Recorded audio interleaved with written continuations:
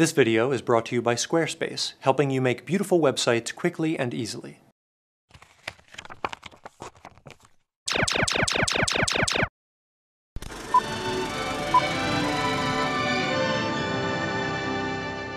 Greetings, and welcome to Earthling Cinema. I am your host, Garyx Wormuloid. This week's artifact is Zootopia, yet another stage in Hollywood's quest to make me sexually attracted to rabbits. The film takes place on Earth in the 24th century, after the humans had wiped themselves out and animals raided their wardrobes. Our protagonist is the exhaustingly enthusiastic Judy Hopps, who leaves behind her white trash family in order to become a cop, the most venerated of all professions. Even though Judy graduates Phi Beta Carotene, the chief puts her on parking duty because she's too small to succeed. Thankfully, the assistant mayor is also a lil pipsqueak, and out of solidarity, she helps Judy worm her way onto a missing otter case. Then, in Judy's first act as a protector of truth and justice, she blackmails a hardworking entrepreneur into becoming her unpaid intern. Judy and Nick the intern discover that the missing otter went all savage on his limo driver, which is weird, because limos are pretty much the chillest way to get to prom. The driver blames it on night howlers, and then moments later, he too goes ballistic X versus Sever on their asses. Judy and Nick escape in the Judy and Nick of time, then use traffic cameras to follow some pretty shaggy looking horses, on account of the old wolf's tale that horses howl at the moon. Bet you nickel one of them's gonna howl.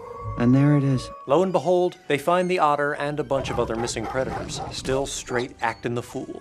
But also, the lion mayor is there, so they have him arrested for plot purposes and replaced with the sheep lady from before. All the Zootopioids start panicking about predators being psycho killers. Qu'est-ce que c'est? Judy hops back home for her annual botany lesson, where she learns that night howlers aren't horses at all, but rather a type of flower that makes you zonked in your bonker. Terry ate one hole when we were kids and went completely nuts. So she goes back to Z-Town and heads over to the secret bad guy laboratory where some sheeple are making night howlerade. I call them sheeple because they are literally sheep that act like people, but also because they are followers. And who are they following? Another sheep, of course, the new mayor. She shoots Nick with the serum dealio and he goes into beast mode. But don't lynch him just yet, because he was playing make pretend. And really, he was shot by a tiny blue watermelon. They do the not a cop out at all movie trick of recording the bad guy's admission of guilt, and Judy and Nick become partners. Sex partners? That's for the viewer to decide. And draw. And send to me. At the heart of Zootopia lies the question of nature versus nurture. Is identity biologically determined, or can we elevate ourselves by incorporating nurture somehow? At the beginning of the film, we are led to believe the veneer of civilization is the only thing keeping predators from going apeshit, batshit, tiger shit, etc. In public, Nick is on his best behavior, bucking the negative stereotypes commonly associated with foxes. But in private, his sly nature rears its adorable head. It's called a hustle, sweetheart. And when predators begin reverting to their primitive ways, the biological determinists are all, "I told you so." It may have something to do with biology. But when it turns out the whole thing was just because of some obscure poison, the animals realize biology is not to blame. I mean, the biology of the plants is to blame, but that's not really what we're talking about right now.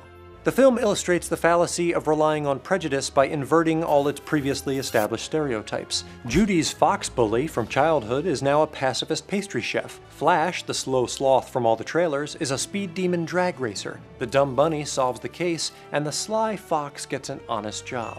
The meek lamb assistant mayor is actually the ruthless mastermind behind the entire conflict, and probably doesn't even need those glasses. Zootopia mirrors the social and political landscape of 20th century America, when efforts began in earnest to balance some of society's glaring inequalities.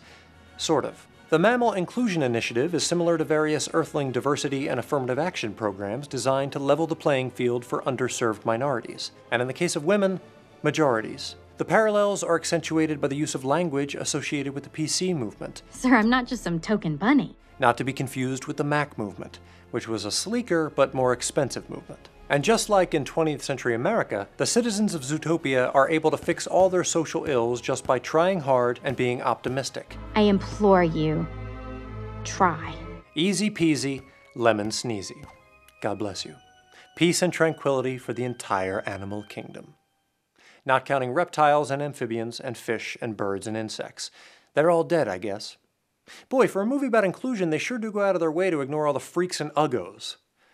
For Earthling Cinema, I'm Garyx Wormuloid. Go forth and multiply. Hello, Earth enthusiasts. Thanks for watching. Need a galaxy-wide web presence that will set you apart?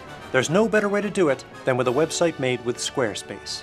Squarespace has made it easy for all sentient beings to make a beautiful website, and they're giving you 10% off your first order when you use the offer code Earthling. With highly attractive templates and easy-to-use tools, Squarespace has made it simple to create the website you want. Go to squarespace.com/earthling or use the link in the description below to sign up today. You'll get a free 14-day trial and you can see for yourself. Make sure to use the offer code Earthling to get 10% off your order. And if you're not already a subscriber, high five Flash to be taken to our channel page, where you can find more episodes and partake in the Holy Earth tradition of hitting the subscribe button. New artifact explorations are around the corner on Memento, Dawn of the Planet of the Apes, and Batman vs. Superman. And as always, thanks for watching.